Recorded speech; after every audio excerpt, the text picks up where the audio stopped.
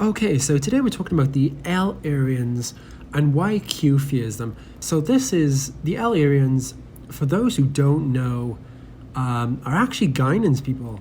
Not this monster here, but actually Guinan's people. So, Guinan and the El-Aurians, one of the most unexplained characters and races in the next generation. The El-Aurians are definitely mysterious, and I think we're going to be seeing a lot more of them in Picard. So to a certain degree, one of the bigger mysteries is in the episode, which many are talking about, Q Who, which is season 2, episode 16, of course. And don't forget, in this episode, something really cool happens, which a lot of people are talking about. The fact that when Q brings Picard back to the Enterprise, appearing in this, they appear in an entirely empty 10 forward. Now, this was Q's doing. This was his power to kind of manipulate time and space as the prankster that he is. So kind of attacking everything around him. And so he uses his power to make everyone in the room, possibly the ship and possibly the surrounding space, disappear prior to his arrival. But of course, it's empty except for Guinan.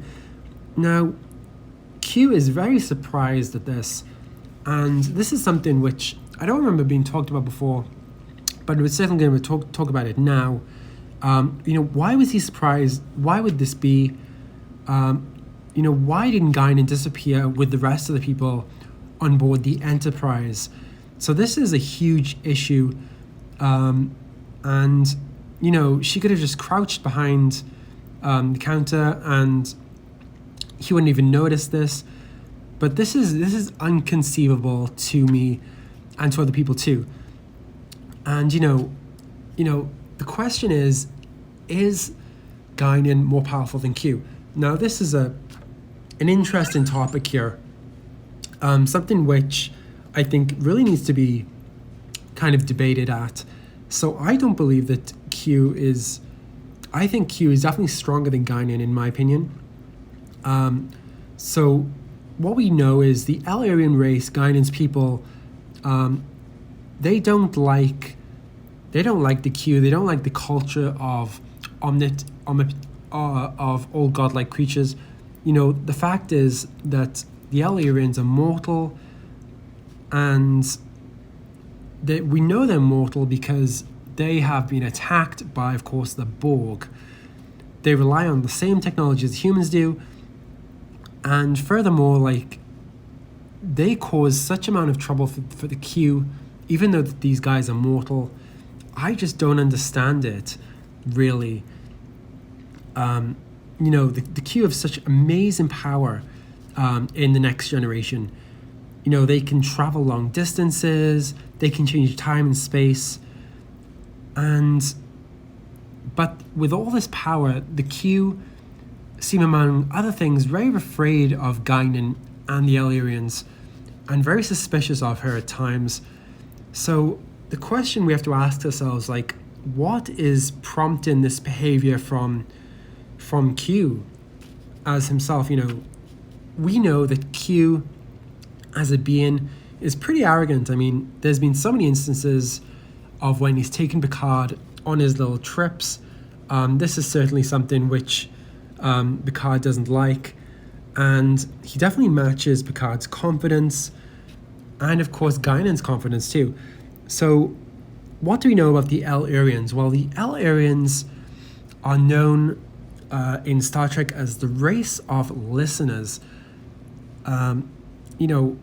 They listen to people, they take in their surroundings, and then they give advice. So this is kind of interesting here.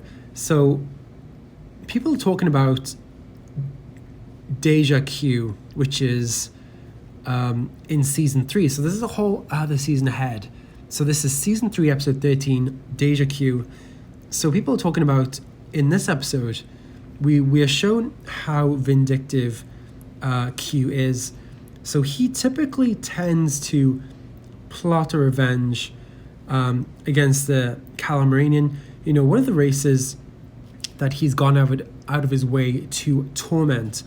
But let's be clear, like, as an all god, I can't even say omnipotent. As an all god, he is willing to kind of cause harm to sentient beings, either for fun or personal revenge.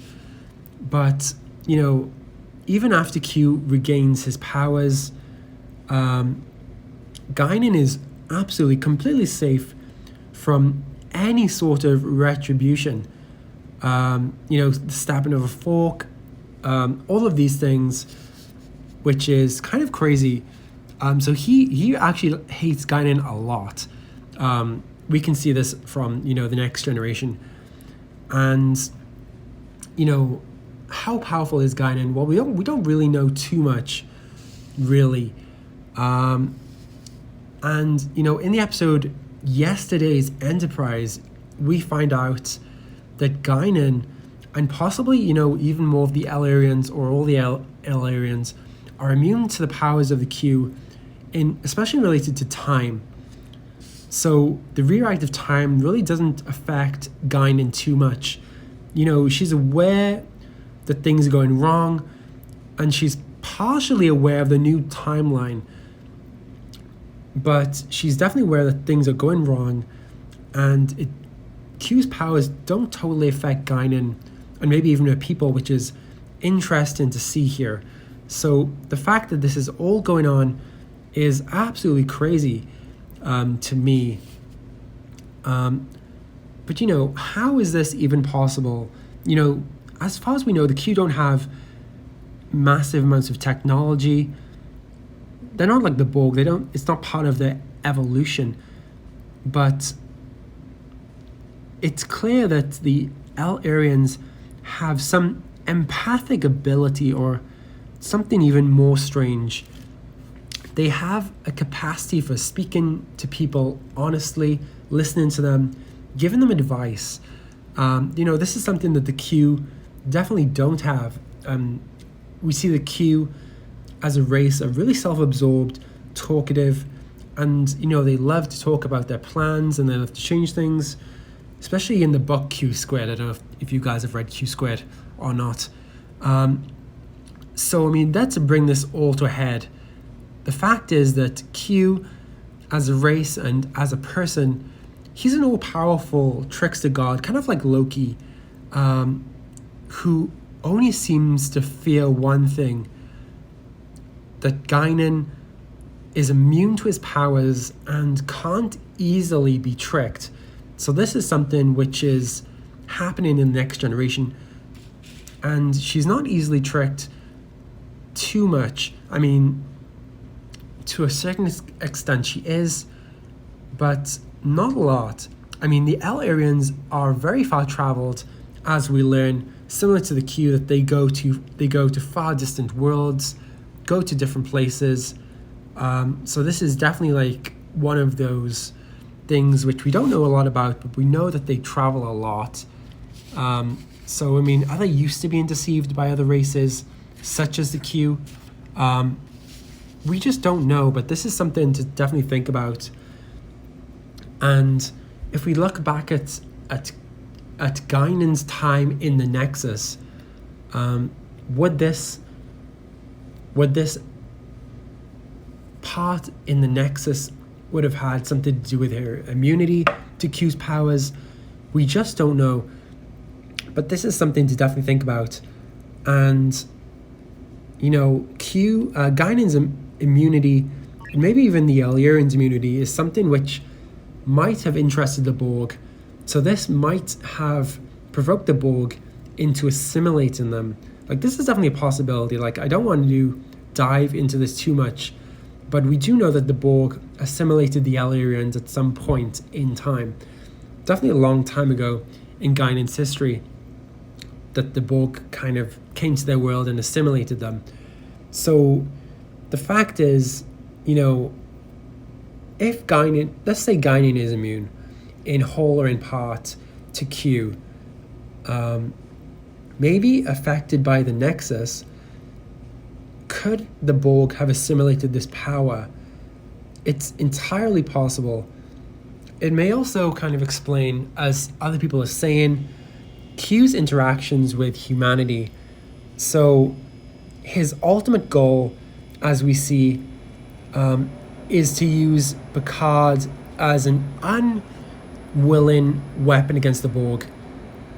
Because, Picard becomes locutus of Borg, sorry. But I don't know, like, my head is that the Q really hates the Borg because they're really boring, but at the same time, the Borg are a real threat to the Federation and all that stand in its way. So again, Q, Guinan, this may be a way to kind of advance the Federation in a way. So, I mean, there are so many secrets of the El-Aurians and Guinan and the Q which we don't know about. And I think it may be explained at some point in the future in Star Trek Picard. So this season has mainly focused on the Romulans. But maybe next season, I'm kind of hoping that it'll focus more on the El-Aurians, Guinan, kind of that kind of way. Because we know that Guinan is going to appear in season 2 of Picard. But in what way, we don't know. So, I mean, how is this going to affect Star Trek Fleet Command? I would really love to see the Q enter Star Trek Fleet Command at some point. Developers, I am talking to you. I really want to see Q, Guinan, the El-Aurians in Star Trek Fleet Command. Please make it happen. If there's anything during this COVID-19 crisis, I really want to see the Q as a new expansion, or possibly a new storyline. Alright guys, that is it for now. Don't forget to check out more stories on my channel. And that is it for now. Alright guys, hope you have a good one. Alright, see ya.